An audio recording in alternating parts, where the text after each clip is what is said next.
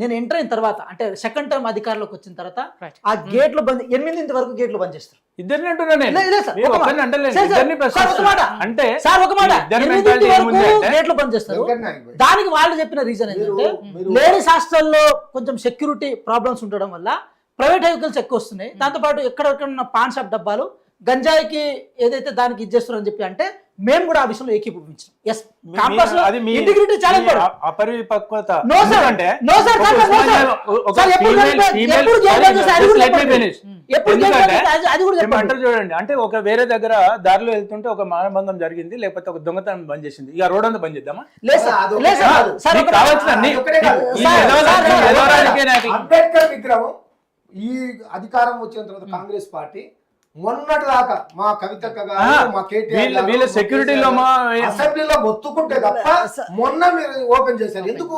మీరు- ఎందుకు అంత మీరు- కోపం? మీరు నేను ఇంత ఏమంటున్నా? మీరు పూర్తిగా కంప్లీట్ చేయకుండా ఓపెన్ చేసిన రాజకీయాల కోసం. అంటే మహారాష్ట్రలో రాజకీయాల ఒక కోసం పూర్తిగా కంప్లీట్ కాకుండా 20 మంది ఓపెన్ అండి, చేసిన. 20 మంది సెక్యూరిటీ పోలీసు వాళ్ళను కేటాయిస్తే అక్కడ వాళ్ళ ఫ్రీడమ్ వాళ్ళకు ఉంటుంది, వాళ్ళ సెక్యూరిటీ ఉంటుంది. 20 మంది ఇక్కడ నుండి హాస్టల్ దగ్గర సెక్యూరిటీ ఫీమేలే అనుకున్నప్పుడు 20 మందిని ప్రొటెక్షన్ చేయక 20,000 మంది వాళ్ళ అస్తిత్వాన్ని ప్రశ్నిస్తే ఎట్లా? లేదు సార్, నేను చెప్తాను. చెప్తున్నా నేను. నేను చెప్తా సార్. సరే, సార్, నేను close చెప్తా. చేద్దాం. సార్, నేను ఎక్కడెక్కడ ఏమంటున్నా? ఏమో చేస్తారు, 20 మంది సార్, పెట్టలేదు. సార్, ఒక మాట నేను ఏమంటున్నా అంటే ఎస్, మేము అక్కడ పోరాటాలు చేసిన వాళ్ళం, ఎక్కువ ప్రెజర్ ఏది డెమోక్రసీని ఎక్కువ ఇది చేయాలనుకున్నా కూడా అది చాలా తప్పిదం. మేము దాంట్లో ఇది చేస్తాం. 8 వరకు గేట్లు బంద్ చేస్తే ఈ ప్రభుత్వం వచ్చిన తర్వాత 9 వరకు ఓపెన్, అది 9 వరకు ఓపెన్ చేసి ఉంచింది. లేడీస్ హాస్టల్ నుంచి గేట్ ఏదైతే ఉందో అది ఒక టైం వరకు ఇదైపోతుంది. మేడం, పట్టపగలు ఏ రోజు కూడా ఉస్మాన్ యూనివర్సిటీ గేట్లను బంద్ చేయడానికి అవకాశం లేదు, ఎవరు చేయరు. గత గవర్నమెంట్ లో చేయలేదు, ఈ గవర్నమెంట్ లో కూడా పట్టపగలు చేస్తే చేయరు. ఆ రోజు కానీ ఏంటంటే నైట్ విషయానికి వచ్చినప్పుడు మేడం, వీళ్ళ సంగతి అప్పుడు చెప్తారు. నైట్ విషయానికి వచ్చినప్పుడు 100% పూర్తిగా గేట్ ఓపెన్ చేయాలన్న అది కన్సర్న్ వచ్చుండే. కానీ ఒక విషయం ఏంటంటే మేడం, ఉస్మాన్ యూనివర్సిటీలో 60% ఆఫ్ గర్ల్స్ ఉన్నారు మేడం. బాయ్స్ యొక్క రేషియో తక్కువ ఉంది, 40% ఉంది. గర్ల్స్ యొక్క రేషియో 60% ఉంది. ఇంకో మాట ఏంటంటే కోటి ఉమెన్స్ కాలేజ్ యొక్క హాస్టల్ అక్కడే ఉంది, సికింద్రాబాద్ పీజీ కాలేజ్ హాస్టల్ అక్కడే ఉంది, నిజాం కాలేజ్ పీజీ హాస్టల్ అక్కడే ఉంది. కాబట్టి అక్కడ కొంచెం సెక్యూరిటీ థ్రెట్ మధ్యలో కొంచెం ఎక్కువ కారణం చేత గత ప్రభుత్వాన్ని మేము సహకరించినాం, ఈ ప్రభుత్వాన్ని కూడా అక్కడ విద్యార్థులు అయితే సహకరిస్తారు.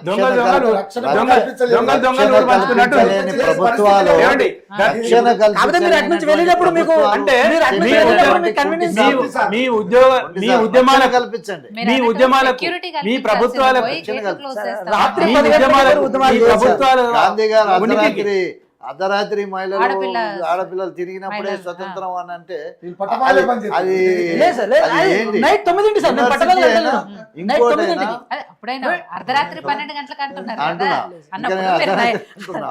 నైట్ కాబట్టి 9కి పని చేస్తారు కదా. అక్కడ మనం సార్, వాళ్ళు మేడం, ఒక చెప్పింది భద్రత వెంటనే చెప్పింది విషయాన్ని కరెక్ట్. కూడా concern కానీ తీసుకోండి. భద్రత కల్పించాల్సింది పోయి కల్పించాలి. మీరు గేట్లు క్లోజ్ చేస్తే క్లోజ్ ఎట్లా? ఇది ఎక్కడ? మేడం, ఒక విషయం భద్రత ఏంటంటే మీరు ఒకటి చూడండి, ఉస్మాన్ యూనివర్సిటీ మెయిన్ గేట్ ఏదైతే ఉందో రెండు, అటు తార్నాక సైడ్ కానీ ఎన్సీసీ గేట్ కానీ, ఈ 2 గేట్ల నుంచి దాదాపు ఒక్క రోజుల్లోనే కొన్ని వేల వెహికల్స్ పోతాయి. మీరు జస్ట్ కనీసం రోడ్డు కూడా దాటలేరు మీరు. మేడం, రోడ్డు కూడా మీరు దాటలేరు. అది ఎట్లా ఉంటుంది అంటే చికాకు అనిపిస్తుంది. కొన్నిసార్లు మేమే రాళ్ళు చేతులు పెట్టుకుని రోడ్డు దాటాల్సిన బాబు, సందర్భం. మేము యూనివర్సిటీలో ఉన్నాము, మేము యూనివర్సిటీ ఉద్యమాలు చేసినాము, ఉద్యమాల్లో నేను యూనివర్సిటీ పాల్గొన్నాను. స్టూడెంట్. మేము నేనేమంటున్నా సార్, మేము నేనేమంటున్నా, వాళ్ళకు ఒక స్వేచ్ఛని ఇవ్వాల్సింది పోయి ఆర్ట్స్ కాలేజ్ మీద స్టార్టింగ్ ఎత్తింది నేను, కేసు పడ్డది నేను. ఉద్యమాలు చేయలేదా, పోరాటాలు చేయలేదా? అందరం చేశాం. అందరం చేశాం. చాలా బాగా చేసి నేను ఇప్పటికి కూడా చేస్తున్నాడు.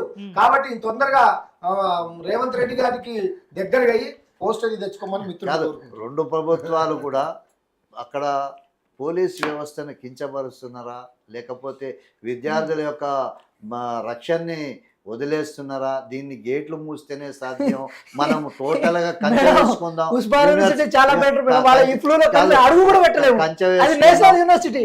అడుగు కాదు కదా, గేట్ ముందు కూడా నిలబడలేము మనం. ఇంకా ఘోరంగా ఉంటుంది. ఇంకా ఇఫ్లు గానీ ఇంకోటి గానీ హెచ్యూలో మనం లోపల పోతాం సార్. సీత్రూ హెచ్యూలో లోపల పోవడానికి అవకాశం ఉందా? సీత్రూ రోడ్లుంటే డెఫినెట్ గా ఒక ఇల్లు లాగా ఉన్న దగ్గర ఇంట్లోకి నన్ను ఎందుకు రానియరు అంటాం, అది తప్పది. హాస్టల్ డోర్ నువ్వు మూసుకో, గేట్లు మూసుకో, హాస్టల్ గేట్లు. కానీ రహదారి మనం వేసుకున్న తర్వాత దారిని మూస్తామంటే ఇఫ్లూలో దారి ఉందా? సీత్రూ లేదు, లేదు. సో అట్లాంటివి కాకుండా మీరు రక్షణ కల్పించండి. రాష్ట్ర ప్రభుత్వాలు ఏదైతే పనిచేసినాయో రక్షణ కల్పించండి. అందులో వచ్చే పార్టీ అది పోలీస్ స్టేషన్ ఫోన్ చేస్తే భద్రత మాది. అని చెప్పి City ఏది teams భద్రత ఇవన్నీ. ఇవన్నీ City teams ఇప్పుడు ఇవన్నీ. విద్యార్థులకే రక్షణ కల్పించలేకపోతే హైదరాబాద్ నగరంలో ఉస్మానియా యూనివర్సిటీ ఉస్మానియా యూనివర్సిటీలో మనం ఇప్పుడు కాపాడలేకపోతే విద్యార్థుల ఈ రక్షణ ప్రభుత్వాలు విషయంలో ఇంకా చాలా దేని బాధ గురించి మనం రక్షణ విషయంలో ఎటువంటి అది ప్రాబ్లమ్స్ చేసుకోవాలి. లేవు, ఉండవు కూడా. అది చేసుకో- ఇప్పుడు ఇప్పుడు నేను కొంత ఉండి చెప్తున్నా సార్. ఏరియాలో ఉండి చెప్తున్నా. కంటోన్మెంట్ ప్రాంతంలో ఇప్పుడు కూడా restricted అడిగే area పోతున్నాం ఉంటే కంటోన్మెంట్ లో ప్రజలు వెళ్తా ఉన్నారు. అయితే ఇది కాస్త ఇబ్బందిగా ఉన్నది, అక్కడ ఉన్నటువంటి రక్షణ వ్యవస్థ దీనికి కొంచెం ఇబ్బంది కలుగుతుందని గేట్లు మూస్తే ప్రజలు అడిగారు, ఇట్లా గేట్లు నైట్ కూడా మూయొద్దు, మాకు ఇబ్బంది అవుతుంది మాకు వెళ్ళటానికి అని చెప్తే ఏమంటే కేంద్ర ప్రభుత్వం దాన్ని తీసి ఓపెన్ చేసింది. చేయడానికి వీలేదు, కరెక్ట్ ప్రజలు అడుగుతున్నారు, అది కావాలా ఉండాలా, మీ రక్షణ మీరు చూసుకోండి అని చెప్పేసింది. అట్లాంటి దేశ రక్షణకు సంబంధించినటువంటి స్థావరాలు ఉన్నటువంటి కంటోన్మెంట్లలోనే మనం ఆ విధంగా చేస్తుంటే ఉస్మానియా యూనివర్సిటీ విద్యార్థులు ఏంటండి, ఆ మహిళలకు యూనివర్సిటీ విద్యార్థులు చాలండి రక్షణ, ఆ వాళ్ళు చూసుకుంటారు, బాయ్స్ అందరూ చూసుకుంటారు. అదేం యూనివర్సిటీలో ఏదైనా జరిగితే ఊరుకుంటారా యూనివర్సిటీ విద్యార్థులు ఆయన ఉద్యమాలు చేశాడు, అందరూ ఉద్యమాలు చేశాం, ఒక్కసారి అక్కడ ఏమైనా జరిగితే ఊరుకుంటాం మేము? ఊరికనే ప్రశ్న లేదు. ఆ కారణంతో గేట్లు బంద్ చేయడం అనేది మిస్టర్ గారు నేను ఒకటే తప్పదు. ఏం చెప్పదలుచుకున్నంటే, రెండు ప్రభుత్వాలు గతంలో బీఆర్ఎస్ ప్రభుత్వం కానివ్వండి, మొన్నటికి మొన్న కాంగ్రెస్ పార్టీ అధికారంలోకి రావడానికి కూడా నిరుద్యోగులు విద్యార్థులే. అంటే నేనేమంటున్నా, వీళ్ళు రెండు రకాలుగా అధికారం వచ్చేంత వరకు ఒక తీరు, అధికారం వచ్చిన తర్వాత ఒకటి. అంటే విద్యార్థులు ఎలక్షన్లు బంద్ చేస్తారు, విద్యార్థులు ఉద్యమాలు మీకు కావాలి. 12 గంటలకు మీరు వాట్సాప్ పెడతారు, 100 మంది రండ్రా అని పిలుస్తారు, అంటే మీకోసమో 12 గంటలకు గేట్ దునికి రావాలి, వాడికి మాత్రం స్వేచ్ఛ ఉండదు. అంటే ఇది ఎక్కడ నిర్బంధ వ్యవస్థ ఇవాళ? అంటే ఇది ఎందుకు పెన్ పాయింట్ చేస్తున్నాను, నాకు చాలా బాధ కలిగిన విషయం. ఎందుకంటే 100 మంది ప్రాణాలు కోల్పోయినారు వాళ్ళ ప్రభుత్వంలో, 1000 మంది వీళ్ళ కోసం రోడ్ల మీద వచ్చేసి రాహుల్ గాంధీ పాదయాత్ర చేస్తారు, నిరుద్యోగుల దగ్గరికి ఆయన పోతారు. ఇప్పుడు ఎవరికి యూనివర్సిటీ కనిపించదు. అంటే నిరుద్యోగులు అన్నట్టు ఒక భవిష్యత్ తరాలకు దేవుడేరు. మీ పార్టీలకైతే వాళ్ళు నాంది పలికిరు కదా, మీ పార్టీల అధికారానికి వాళ్ళు కళ్ళ ముందు మనకు కనిపిస్తుంది కదా ఫలితము. వాళ్ళని ఎందుకు అలా అంటే నిరుత్సాహానికి గురి చేస్తారు, ఒక డిమోటివేట్ అవుతారు? అంటే వాళ్ళకి కావాల్సిన హక్కులు వాళ్ళకి లేవు, వాళ్ళకి కావాల్సిన స్వాతంత్రం వాళ్ళకి ఇయ్యరు. మీకు కావాల్సినప్పుడు మాత్రం 100 మందిని అంటే